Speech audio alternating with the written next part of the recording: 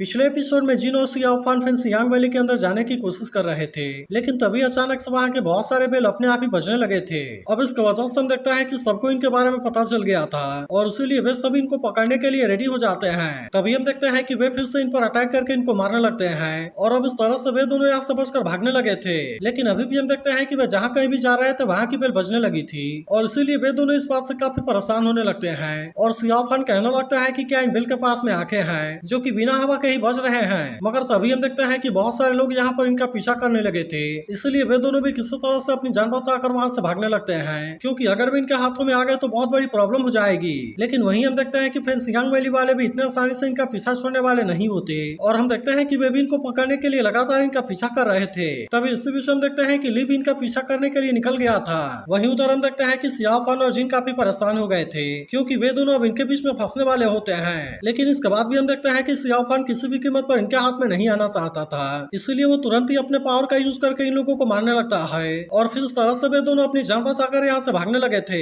लेकिन अभी भी हम देखते हैं कि इन दोनों का यहाँ से बच पाना इतना आसान नहीं होता, क्योंकि फिर सियांग वैली वाले अभी भी लगातार इनका पीछा कर रहे थे और तभी इसी बीच हम देखते हैं कि वे इनको सामने से घेरने के लिए भी आ जाते हैं। लेकिन अभी भी हम देखते हैं कि जिन और सियाओ फान इतने आसानी से इनके हाथ में नहीं आने वाले होते और इसीलिए वे तुरंत ही अपने पावर का यूज करके इनको मारने लगते हैं और फिर इस तरह से हम देखते हैं कि वे यहाँ से दूसरी तरफ जाने लगे थे। लेकिन तभी हम देखते हैं कि सामने से एक और लड़का भी इनको रोकने के लिए आ गया था, जिससे देख सियाओ फान भी अपने पावर का यूज करके उसे बहुत ही आसानी से मार देता है और वे दोनों फिर से इनके हाथों से बचकर वहां से भागने लगे थे। लेकिन तभी हम देखते हैं कि वे दोनों यहाँ पर बहुत ही बुरे तरीके से फंसने वाले होते हैं, क्योंकि सामने से बहुत सारे लोग इनके ऊपर अटैक करने के लिए आ गए थे। लेकिन इसके बाद भी हम देखते हैं कि सियाओ फान ने अपने पावर का यूज करके इन सभी को मार दिया था और वे एक बार फिर से इनके हाथों से बचकर निकलने में कामयाब हो जाते हैं। लेकिन तभी हम देखते हैं कि अंकल मास्टर भी अब यहाँ पर आ गया था, जो कि अपने फायर पावर का यूज करके लगातार इनके ऊपर अटैक करने लगता है और इसीलिए वे दोनों भी अपनी जान बचाने के लिए वहां से भागने लगते हैं। मगर तभी हम देखते हैं कि इन पर अटैक करने के लिए चारों तरफ से वे लोग आ गए थे,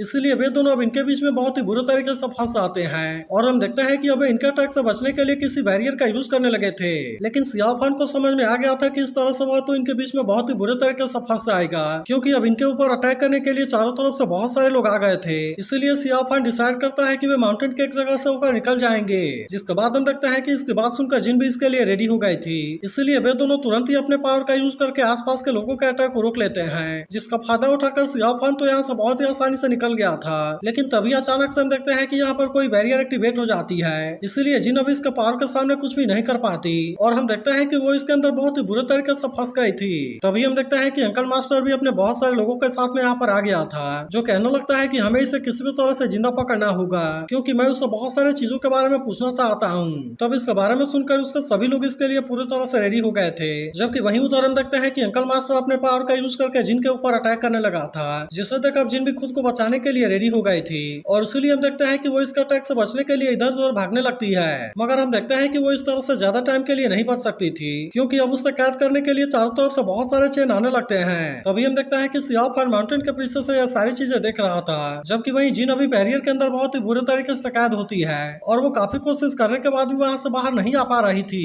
लेकिन तभी अचानक से हम देखते हैं कि सियाओ फान ने अपने पावर का यूज करके बैरियर के ऊपर अटैक कर दिया था, जिससे देख अंकल मास्टर और ली इस बात से काफी परेशान हो गए थे, क्योंकि अब उस अटैक की वजह से बैरियर में दरार आ गया था। जिसके बाद हम देखते हैं कि अब जिन भी यहाँ से निकलने के लिए पूरी तरह से रेडी हो गई थी और फिर वो तुरंत इस बैरियर को तोड़कर यहाँ से भाग जाती है। जिसके बाद हम देखते हैं कि अंकल मास्टर अब इस बात से और भी ज्यादा गुस्सा हो गया था, क्योंकि वे दोनों इतने आसानी से इसका हाथों से बचकर निकल गए। वहीं हम देखते हैं कि जिन सियाओ फान के साथ में यहाँ से बचकर निकल गई थी, जहाँ पर वो सियाओ फान से उसके हेल्प के लिए थैंक यू कहती है, क्योंकि अगर वो इसकी हेल्प नहीं करता तो वो वहाँ से नहीं बच पाती। लेकिन इस पर सियाओ फान उसे कहता है कि इसमें तो हम दोनों का ही फायदा है और इसीलिए ये मैटर जैसे ही सॉल्व हो जाएगा हम दोनों यहाँ से अपने अपने रास्ते के लिए निकल जाएंगे। वहीं यहाँ ली से पूछती है कि अब हमें इसके बारे में क्या करना चाहिए, जिस पर ली कहता है कि मैंने ऐसा उम्मीद नहीं किया था कि वो इंट्रूडर इतना ज्यादा पावरफुल होगा और फिर वो अंकल मास्टर से कहता है कि आप ही उनको हैंडल नहीं कर सके। तब इसके बारे में सुनते ही अंकल मास्टर उससे कहता है तुम्हें क्या लगता है कि मैं यूजलेस हूँ, जिसके बाद ली भी उससे कहता है कि मैंने तो ऐसा नहीं कहा। तभी यान कहने लगती है कि ये मैटर तो बहुत ही सीरियस है और इसीलिए मुझे लगता है कि हमें वैली मास्टर से इसके बारे में बात करना चाहिए। तब इसके बारे में सुनकर अंकल मास्टर कहने लगता है कि मुझे सीनियर यून से किसी चीज के बारे में रिपोर्ट करना है और अब इतनी बात कहने के बाद वो यहाँ से जाने लगता है। लेकिन तभी ली कहने लगता है कि वैली मास्टर तो अभी एग्जाइल में है और इसीलिए अगर आपको कोई काम है तो आप मुझे उसके बारे में बता सकते हैं। लेकिन हम देखते हैं कि वो ली से इसके बारे में कुछ भी नहीं बताता और फिर वो तुरंत यहाँ से चला जाता है। इसके बाद अगले सीन में हम देखते हैं कि ली ने वैली मास्टर के पास आकर सारी चीजों के बारे में बता दिया था, जिस पर वैली मास्टर कहता है कि जो यहाँ पर आया था कहीं ऐसा तो नहीं कि उसी ने फिश क्लैन के चिप को भी मारा था। तब इस पर ली कहता है कि इस बात का बहुत ज्यादा चांस है और अब ऐसा लगता है कि डेथ मार्च में फिश मॉन्स्टर के होने के बाद सबको पता चल गई है, जिसकी वजह से वो इसके बारे में पता लगाने के लिए आए होंगे और फिर इस तरह से हम इसमें इन्वॉल्व हो गए। तभी वैली मास्टर ली से पूछता है क्या तुम जानते हो कि यहाँ पर जो आया था वो कौन है, लेकिन इस पर ली कहता है कि वे दोनों बहुत ही मिस्टीरियस तरीके से वहाँ से भाग गए और उसी वजह से हम उनके बारे में कुछ भी पता नहीं लगा पाए। जिसके बाद वैली मास्टर थोड़ा सा उदास होते हुए कहता है कि अगर हमने उस समय डेथ स्टोन को हासिल कर लिया होता तो फिर आज का दिन हमारे लिए इतना मुश्किल नहीं होता। तब इस पर ली कहता है कि मैंने आपको निराश किया, इसलिए आप इसके लिए मुझे कोई भी पनिशमेंट दे सकते हैं, लेकिन इस पर वैली मास्टर उससे कहता है कि अब तुम इसके बारे में भूल जाओ, क्योंकि वैसे भी तो इस बार वहाँ पर बहुत सारे लोग आ गए थे, जिसकी वजह से वहाँ से बचकर आ पाना ही अपने आप में बहुत बड़ी बात है। लेकिन फिर वो ली से कहता है कि अब यहाँ पर कोई आने की कोशिश कर रहा है, इसलिए मैं चाहता हूँ कि तुम वैली के सभी स्टूडेंट को इसके बारे में अलर्ट कर देना और अब किसी को भी तुम यहाँ से बाहर नहीं जाने देना। जिसके बाद हम देखते हैं कि ली भी इसके बात मानने के लिए रेडी हो गया था। इसके बाद अगले सीन में हम सेकंड लेडी को देखते हैं जो कि घोस्ट किंग से मिलने के लिए किसी जगह पर आई हुई थी और तभी हम देखते हैं कि वहाँ पर कोई फॉर्मेशन एक्टिवेट हुआ था। तभी हम देखते हैं कि इन लोगों ने फायरबर्ड को फॉर्मेशन के अंदर कैद किया था और यहाँ पर कोई मास्टर अपने पावर का यूज करके फॉर्मेशन को सेटअप करने में लगा हुआ था, जिसके दौरान हम देखते हैं कि इसमें एक ड्रैगन भी कैद होता है और अब फायरबर्ड को भी इसमें कैद करने वाले थे। तभी हम देखते हैं कि घोस्ट किंग कुछ पिलर का यूज करके फायरबर्ड के ऊपर अटैक कर देता है और अब इसकी वजह से उसका ब्लड यहाँ के फर्नेस के अंदर जाने लगा था। जिसके बाद हम देखते हैं कि फायरबर्ड भी अब पूरी तरह से शांत हो गई थी और वहीं सेकंड लेडी इन सारी चीजों को बड़े ध्यान से देख रही होती है। तभी घोस्ट किंग उससे पूछता है कि तुम क्या सोच रही हो, लेकिन इस पर सेकंड लेडी कहती है कि कुछ नहीं। जिसके बाद घोस्ट किंग कहने लगता है कि 4 स्पिरिचुअल ब्लड फॉर्मेशन आदि कंप्लीट हो गई है, इसीलिए अगर हमने किसी तरह से बाकी के 2 स्पिरिट मॉन्स्टर को भी पकड़ लिया तब उसके बाद इस पूरी दुनिया पर घोस्ट किंग का राज होगा।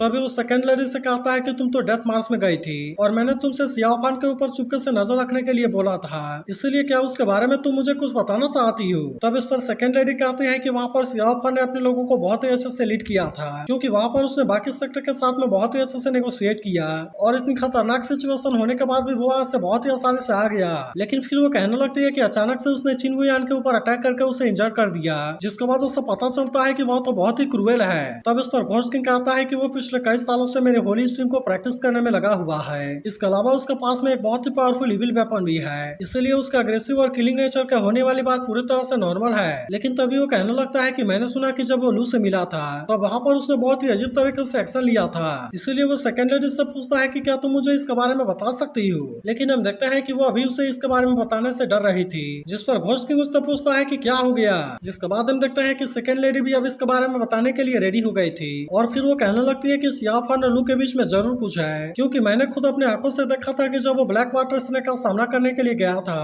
तब उस समय उसने लू को बचाने के लिए अपनी जान की बाजी लगा दी थी। जिसके बाद हम देखते हैं कि इसके बारे में सुनकर घोस्ट किंग पूरी तरह से शांत हो गया था, इसलिए सेकंड लेडी अब यहाँ से चली जाती है। इसके बाद अगले सीन में हम देखते हैं कि अंकल मास्टर कुछ लड़कों को अपने साथ में लेकर बाहर जाने वाला था, इसलिए उनमें से एक लड़का कहता है कि सीनियर ने किसी को भी यहाँ से बाहर जाने से मना किया है, लेकिन अभी भी हम देखते हैं कि अंकल मास्टर उसकी बात मानने के लिए रेडी नहीं होता और फिर वो कहता है कि वे दोनों तो अंदर आकर यहाँ से भाग गए हैं, लेकिन क्या इसके बाद भी तुम्हें लगता है कि मैं इसी तरह से शांत रहूंगा। फिर वो कहने लगता है कि मुझे उनके लोकेशन के बारे में पता है और इसीलिए हम वहाँ पर उनको बहुत ही आसानी से पकड़ सकते हैं। वहीं दूसरी तरफ हम देखते हैं कि सियाओफान काफी परेशान लग रहा था, क्योंकि वो पिछले 3 दिनों से कोई भी एक्शन बहुत सोच समझ कर ले रहा है, इसीलिए वो परेशान है कि इसके बाद भी वो इतने आसानी से क्यों पकड़ा जा रहा है। तभी जिन कहते हैं क्या तुम परेशान हो कि वे बेल अचानक से क्यों बजने लगे थे। जिसके बाद सियाओफान कहता है कि फेंगशियांग वैली 3 ग्रेट सेक्ट में से एक है, इसलिए यह तो बिल्कुल सही है कि उनके साथ में डील करना इतना आसान नहीं है। तभी जिन कहती है कि चलो हम उनमें से किसी एक को पकड़ लेते हैं, जिस पर सियाओफान कहता है कि हमने तो पिछले रात ही उनको डिस्टर्ब किया था,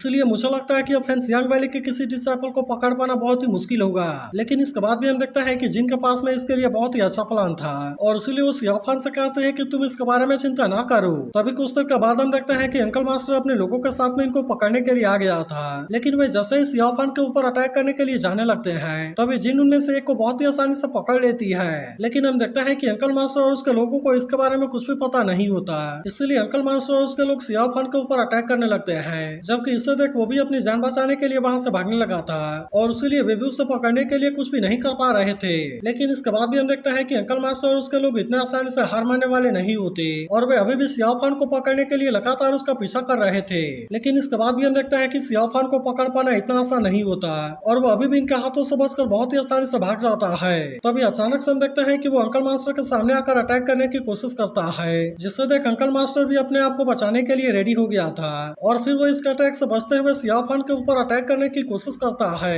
लेकिन तभी हम देखते हैं कि सियाओ फान तो बहुत ही आसानी से यहाँ से बच कर निकल गया था, जिसके बाद अंकल मास्टर को समझ में आ गया था कि यह आदमी उससे बिल्कुल भी कम नहीं है और अब इसीलिए वो इसके बारे में सोचकर परेशान होने लगता है। लेकिन तभी उसे पता चलता है कि उसका एक आदमी तो गायब है, इसीलिए अब इसके बारे में जानकर वो काफी परेशान हो गया था और वो तुरंत ही अपने लोगों से उसके बारे में खोजने के लिए कहता है। लेकिन तभी हम देखते हैं कि इनको यहाँ के एक पेड़ के ऊपर मैसेज दिखाई देता है जिस पर लिखा हुआ था कि गिफ्ट देने के लिए थैंक यू। तब इसके बारे में पता चलता है अंकल मास्टर इस बात से और भी ज्यादा गुस्सा हो गया था और फिर हम देखते हैं कि वो तुरंत इस पेड़ को काट भी देता है। इसके बाद अगले सीन में हम देखते हैं कि सेकेंड लेडी उस आदमी के साथ में होती है, जहाँ पर वो उससे पूछती है कि क्या तुम्हें मास्टर गुई यानी कि सियाओ फान के ओरिजिन के बारे में पता है। तब इस पर वो आदमी कहता है कि सेक्ट मास्टर ने इसके बारे में कभी भी डिस्कस नहीं किया और उसके अलावा उसका मार्शल आर्ट टेक्निक भी बहुत ही ज्यादा अजीब है। इसके अलावा उसने ड्रैगन कॉन्करर के वेसल के इंस्क्रिप्शन को भी समझने में सेक्ट मास्टर का हेल्प किया था, जिसका वजह से sect master 4 spiritual blood formation को क्रिएट करने में लगे हुए हैं। तभी हम देखते हैं कि इसके बारे में सुनकर सेकंड लेडी भी इसके बारे में सोचने लगती है